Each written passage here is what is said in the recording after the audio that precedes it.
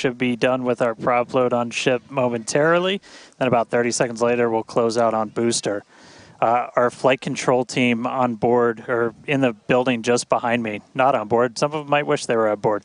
Flight control team in the building behind me, they're going to have a lot of work to do right after we lift off, as we still have a lot of manual checks that happen on the tower prior to the flight director, who's going to be Tristan Pierce again today, giving a manual command to bring the booster back to the launch site. And the tower did just incredibly well on the last flight. We didn't lose any of our required redundancy for a catch, and so we're hoping to see that again today. A lot of the team, really putting armor on the tower, making all of those things work, played a huge role in making that catch possible, and looking forward to hopefully seeing that happen again. And of course, sending our first payload to space. You can see the banana. It's very tightly secured, but I assure you it does have some room to float around. So once we're in a zero gravity environment, we should see our first Starship zero gravity indicator putting on a little bit of a show. And that's looking right in. That's where we're going to have Starlinks. That's our PEZ deployer. So getting its ride to space. So coming up on about 2.5 minutes, we are closing out on all of our prop load. Just heard that our fill drains are starting to close, so that means we're no longer going to be flowing propellant into the booster and the ship. We're going to do what's called pushbacks. So all of that propellant in the ground systems is going to get pushed back to the tanks, clear out everything around the pad right before we light those 33 engines and take off. Just quick reminder, you're going to see fire start at the bottom. You're going to see the deflector start at about 10 seconds before launch. Lots of water to help dissipate all that heat, all that sound. And then the engine starting up in 3 different groups. And then about a second after T0, we should see liftoff.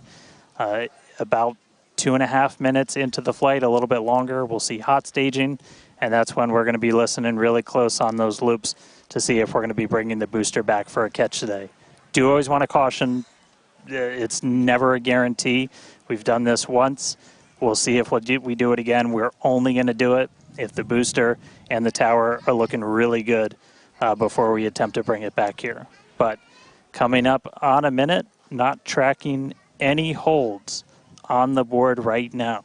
So as long as we don't have any last second things, which do happen. All right, flight director just confirmed T-minus 1 minute.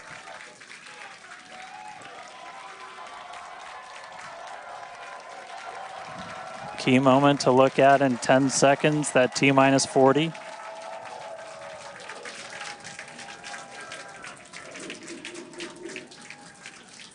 And we flew right through that.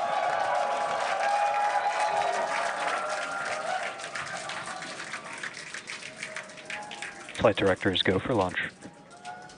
All right, we're now T-minus 20 seconds until liftoff of Starship Flight 6. This will mark our second attempt to catch the Super Heavy booster at the launch tower, as well as 10, 9, 8, 7, 6, 5, 4, 3, 2, 1. 4, 3, 2, 1.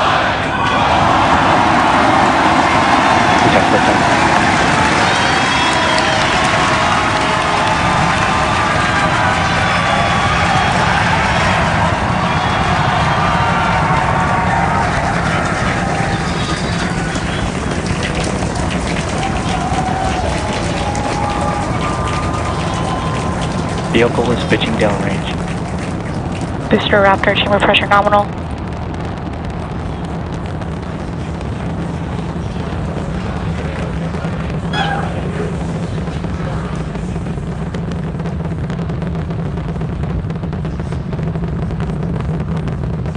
Booster and ship, avionics, power, and telemetry nominal.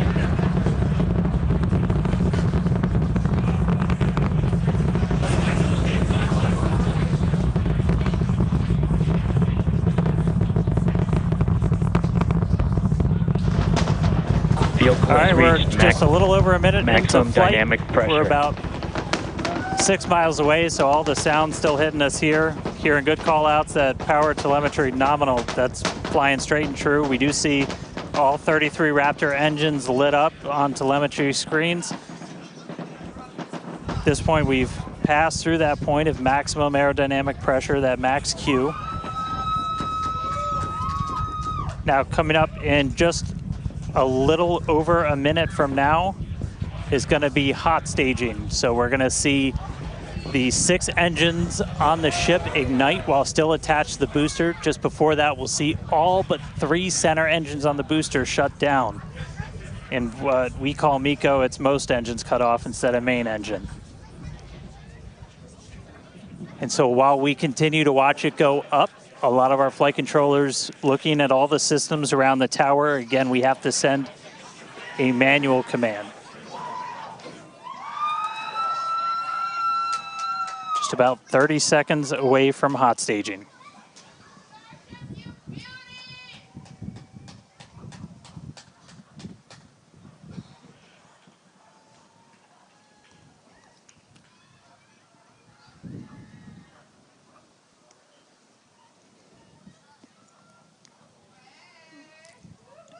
And we heard the tower is go for catch. Booster engine cut off. The return flag is set for true. Ship engine startup. Stage separation. All right, hot staging confirmed. 6 out of 6 lit on the ship. Booster boost back going. We heard that we are go for catch. Kate, Jesse, take out the views. Hopefully I got a booster coming home real soon. Wow, from our view here, Dan, great views of planet Earth behind that super heavy booster. Right now it is performing the Ship boost back burn. Nominal. Good news there, telling us that the pressures inside the ship are good. That is the second stage, or the upper portion of the vehicle. Follow along with the telemetry on the bottom of your screen. Yeah, booster is currently, super heavy is currently in its boost back burn. This boost back burn. Avionics, power, and telemetry nominal. This boost back burn lasts just a little bit over a minute, so we've got a little, approximately 30 seconds left. We've had shutdown of that boost back burn. Up next will be hot stage jettison. The view from the camera on the left, or from the booster on the left-hand side of your screen, and then tracking cam there on the right-hand side of your screen. We'll see those grid fins. Booster offshore divert. And we can also see that the hot stage has been jettisoned. Yes, visual confirmation of that there on your screen, which is great. Now the next... Starship is following a nominal trajectory. The next step for booster is going into that landing burn. Again, it'll light up 13 of those engines and then pare down to 3 engines right before booster catch. All right, now just real quick, we did hear the call out, booster offshore divert. Unfortunately, that means that we are no-go for the catch. As we said before, both the tower and the vehicle, as well as the operators on console, have been actively evaluating the commit criteria for that return to the launch tower. And unfortunately, we did not have a pass on those commit criteria. So we are no-go for tower catch. And we did mention that we're constantly evaluating the criteria for catch. There's a lot of things that need to go well in order to line that up. Unfortunately, today we will forego booster catch today. But what you're seeing on your screen is ship currently making its way towards the Indian Ocean, still looking good so far. Exactly. So views there of the booster on the left-hand side of your screen, views of the ship on the right-hand side of your screen. Now, we said before that it was not guaranteed that we would be able to make a tower catch today. So while we were hoping for it, like we said, it was pretty epic on attempt 1, but the safety of the teams and the public and the pad itself are paramount. So we are accepting no compromises in any of those areas.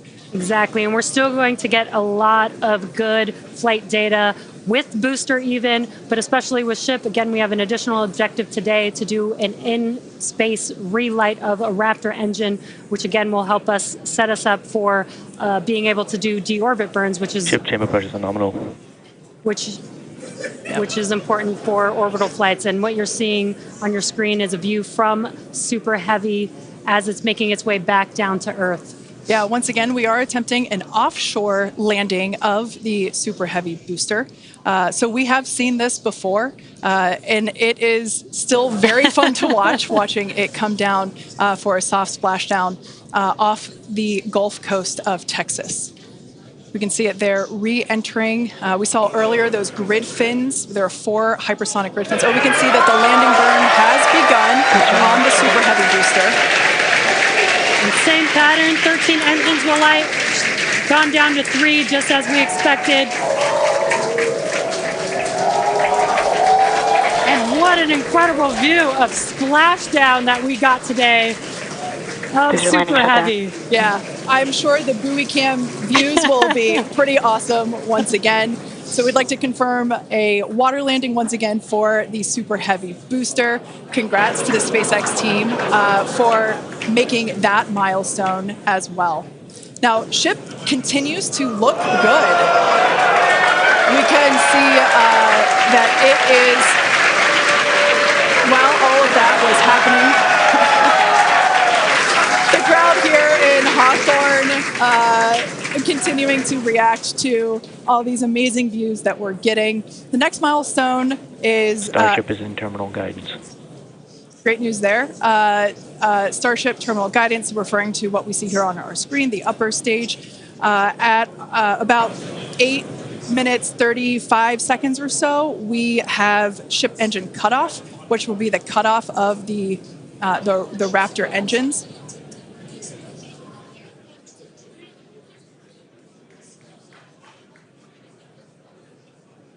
We can see on our screen ship giving us some incredible views brought to us by Starlink. This view is also very interesting because we can see basically the receding tile line that we referred to earlier, where we mentioned we have removed a number of heat shield tiles in order to test out and push the envelope on the ship and demonstrate what its capabilities are. Ship engine cutoff. And there we just heard call out for SECO, ship engine cutoff. Great news there. Everything continuing to look awesome for ship. Full view looking aft on ship here. Ship, FTS is saved. Nominal orbit insertion. There's that call out we were waiting for. Confirmation of good orbital insertion for ship today. It has been a very exciting afternoon so far. We'd like to send it back over to Dan, who can give us that live view experience. Dan, once again, are you okay after witnessing another Starship launch? Yeah, totally fine. You guys have to be jealous. This is the only way to do this. This is fantastic. No, it was really cool to see it lift off 33 out of 33. Didn't go for the booster catch today. Initially, we were good, and then we tripped a commit criteria and did the offshore divert. So we went and did that water landing, as everybody saw. We'll dig into it a little bit more, but again, we've done it once, we've now done it twice. We're going to keep trying to do it, as this is just a core capability of Starship and what's going to make it so incredible. There's a lot left. We're just about almost 10 minutes into this flight, so about 50 plus minutes still to go. Ship nominal orbit, so it's on its way around the planet. It's going to attempt to do an in-space burn. We're going to light one of those Raptor engines, the sea-level ones in the middle, just to help demonstrate that we can relight in that microgravity environment. Really critical for deorbit burns as we start to do some orbital missions in the not-too-distant future. And then following that, we'll see a ship entry, maybe a splashdown. As you guys said, we're really going to be pushing ship on this one. We're pretty much intentionally putting it in places where we expect it might not do so great, and all that's to try and help us learn, see if we were a little too conservative, and then maybe that opens up more capability for when we start catching them. But I'll check back in with everybody in a little bit. I'm going to tune in and watch the ship fly around planet Earth, and hopefully we see it re-entering in the not-too-distant future. Back over to you guys. Thanks, Dan. Development testing, by definition, is unpredictable, which we saw with Super Heavy splashing down in the Gulf of Mexico today, but that is exactly why we test. As is standard for these tests, the area around the pad and along the flight path was cleared prior to launch, and we expect the road and beach to remain closed until further notice. Yeah, testing development flight hardware in a flight environment is what enables our teams to quickly learn and execute design changes and hardware upgrades to improve the probability of success in the future. Please do not attempt to approach the booster in the water for your safety as well as for that of our team that will be working on recovery. Now, we are going to continue though. The mission is not done. Exactly, the mission's not over, ship is still coasting, but it has been nonstop since liftoff, and with the booster having completed its job for the day, we are going to take a short break for the next 35 minutes or so while ship continues to coast before re-entry. Now, as with previous flights, Starlink may enable us to talk to the ship through re-entry with no communication blackout. Now, we are still testing Starlink during this phase of flight, so nothing is completely certain. Yeah, so if we do have views, we will be sure to bring those to you live. And of course, one of those views include that of our, as we said before, surprise payload, the Banana. And we are looking forward to it. So we're going to come back in a few minutes, around T plus 35 minutes. Exactly. Views or no views, we'll see you back here at T plus 40 minutes for our coverage of Starship's re-entry, flip maneuver, landing burn, and hopefully see a splashdown.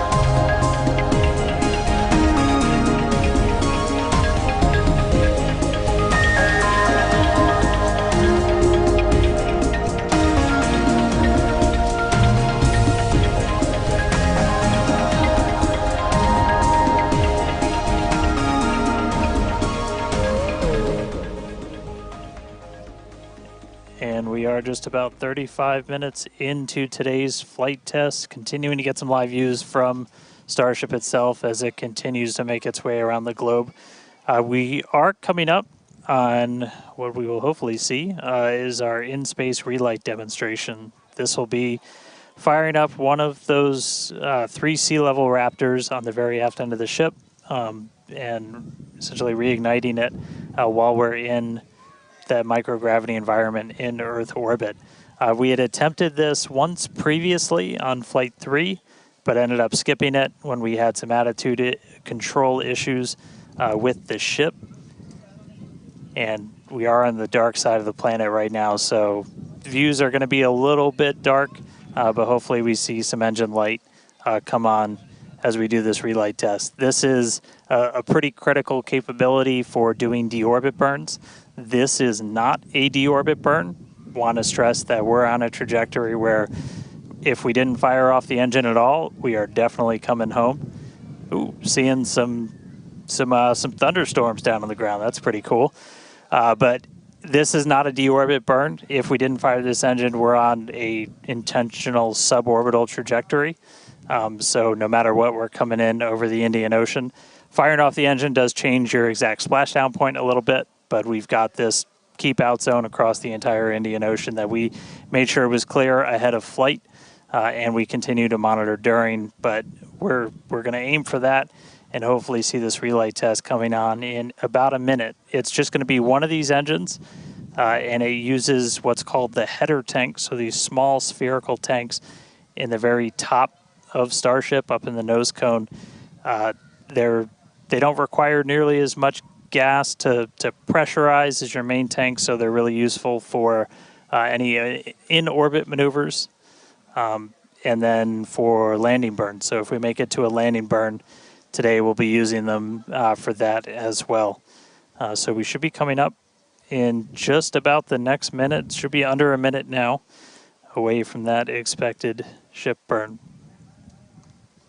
And again, we've relit Raptors pretty frequently. We just did it with the landing burn and that boost back burn on the booster, and we've done it on ship landing burns. We just haven't done it in this microgravity environment where your propellant management and a lot of other things are different as you're not weighed down by the force of Earth's gravity.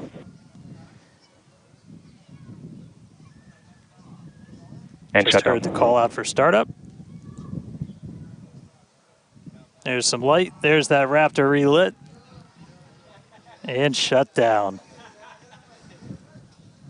All right, there you have it. The first time ever lighting a Raptor while in outer space, other than our ascent burn. So really cool to see that relit. That's a pretty critical capability that we're going to need when we're doing orbital missions in the not too distant future. So check another one off. That was a really cool. That was an objective we really wanted to hit on this one, and so good to see ship knock that one out in orbit. But for now, we're going to coast for just a little bit longer, and then it'll be time for ship entry. So we'll get the usual light show as we return from hypersonic velocities. We're just starting to do the entry prep for that, so we're going to get the flaps positioned, and then it's going to start taking the brunt of all of that heat as you're coming in from well in excess of 10,000 miles an hour. That's all going to build up a lot of heat as you're encountering an increasing atmosphere, building up that friction. And we're going to see how the tiles fare. We've also got some pretty cool tile experiments that we'll talk about in a little bit. But coming up real soon, ship re-entry, successful relight, and we'll start this entry part soon.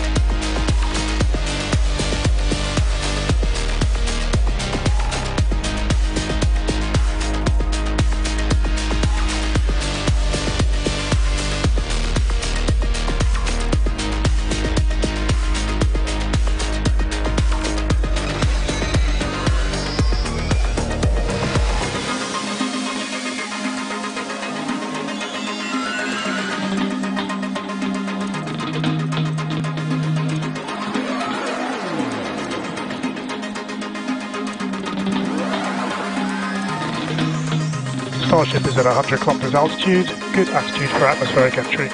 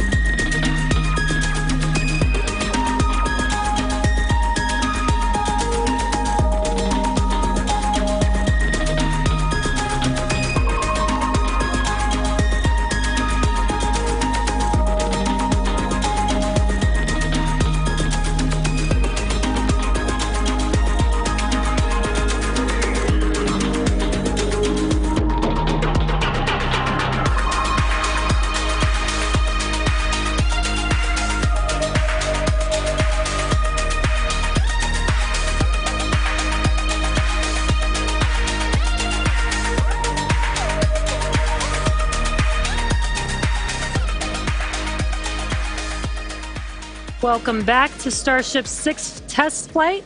It has been an exciting day so far. We lifted off from Starbase at 4 p.m. Central Time. The Super Heavy booster and ship had a successful separation as well as a good boost back burn and good separation of the hot stage adapter.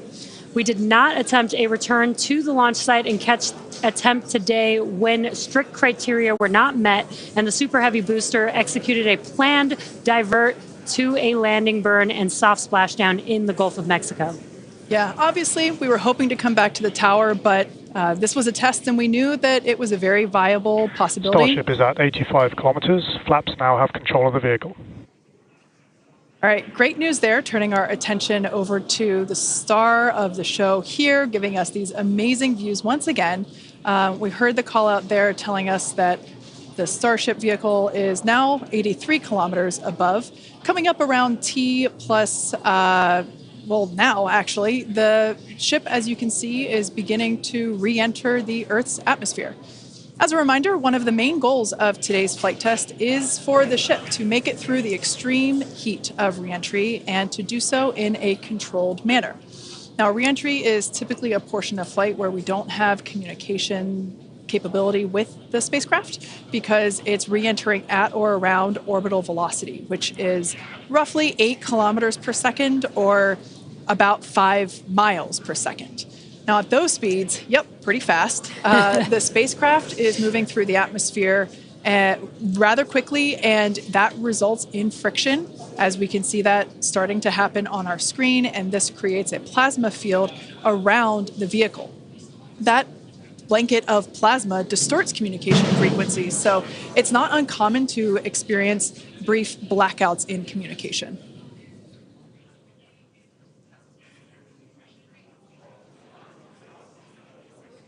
Starship is approaching the peak heating phase of entry.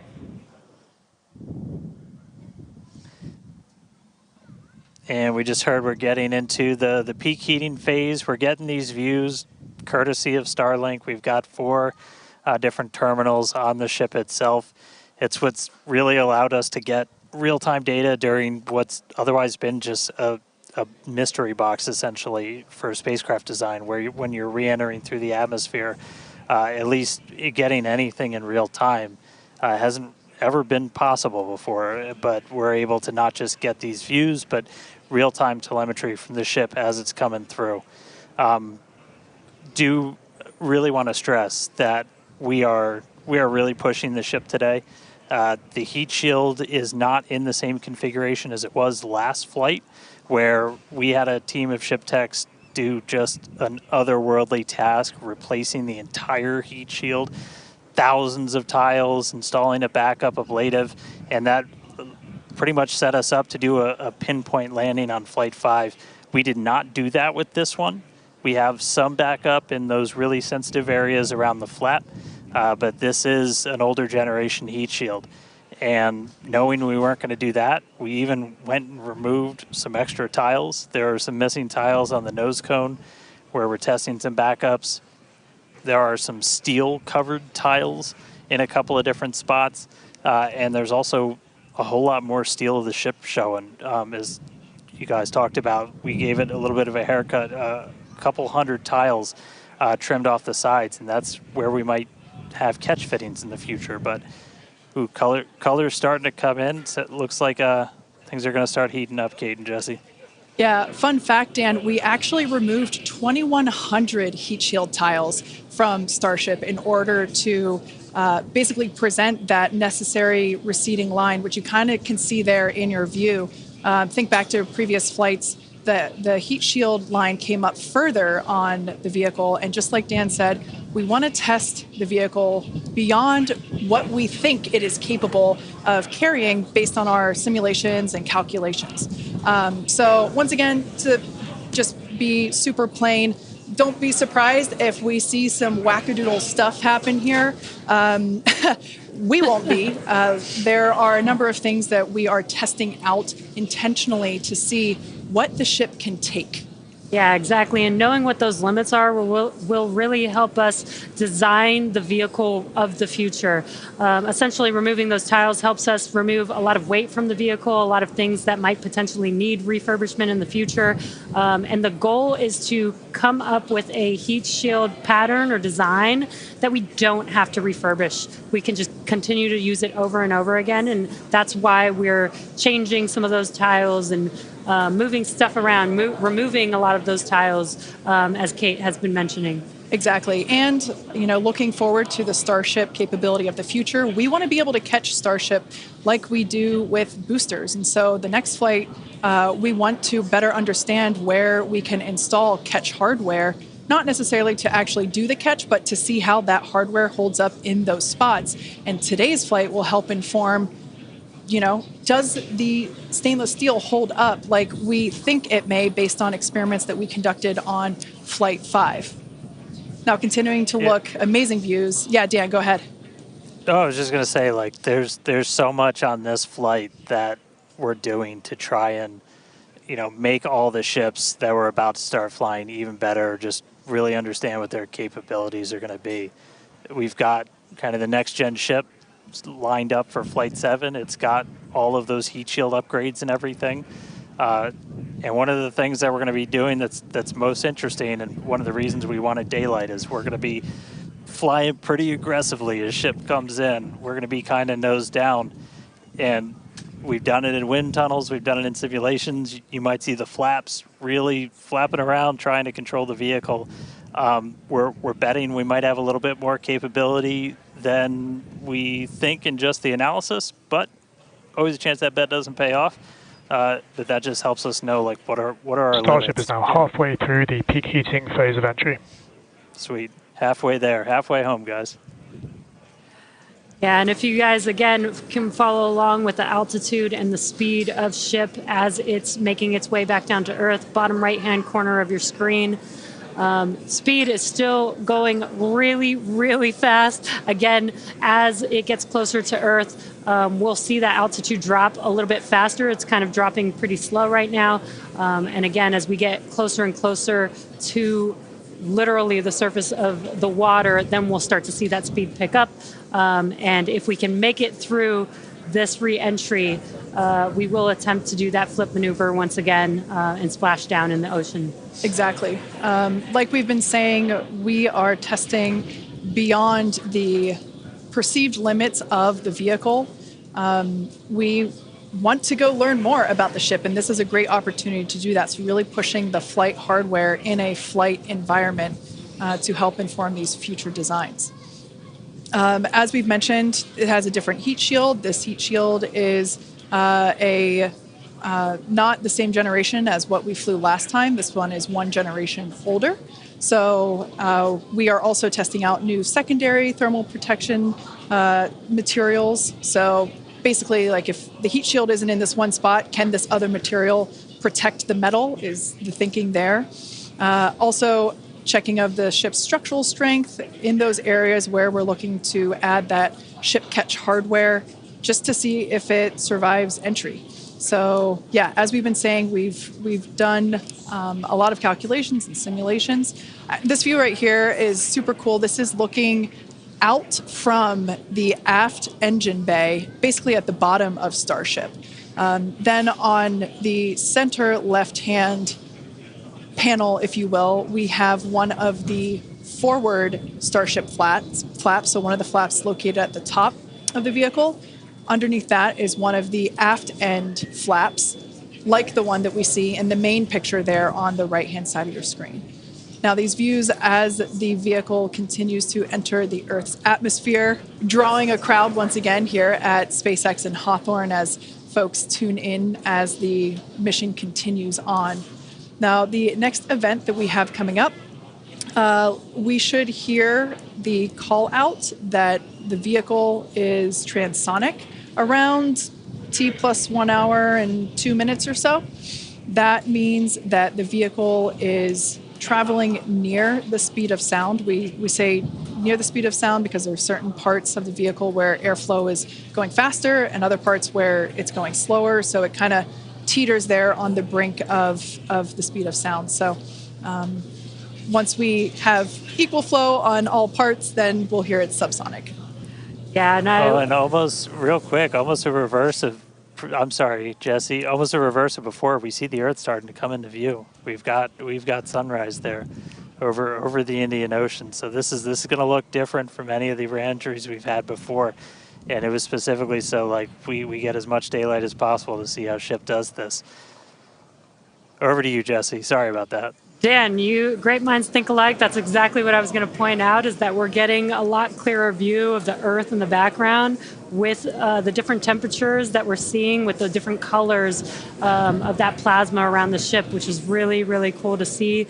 Again, we are pushing the limits of ship today, but so far everything is looking pretty nominal. We'll see how the next few minutes goes. Yeah. Like we've said before, don't be surprised if this is not entirely smooth sailing all the way down to the ocean.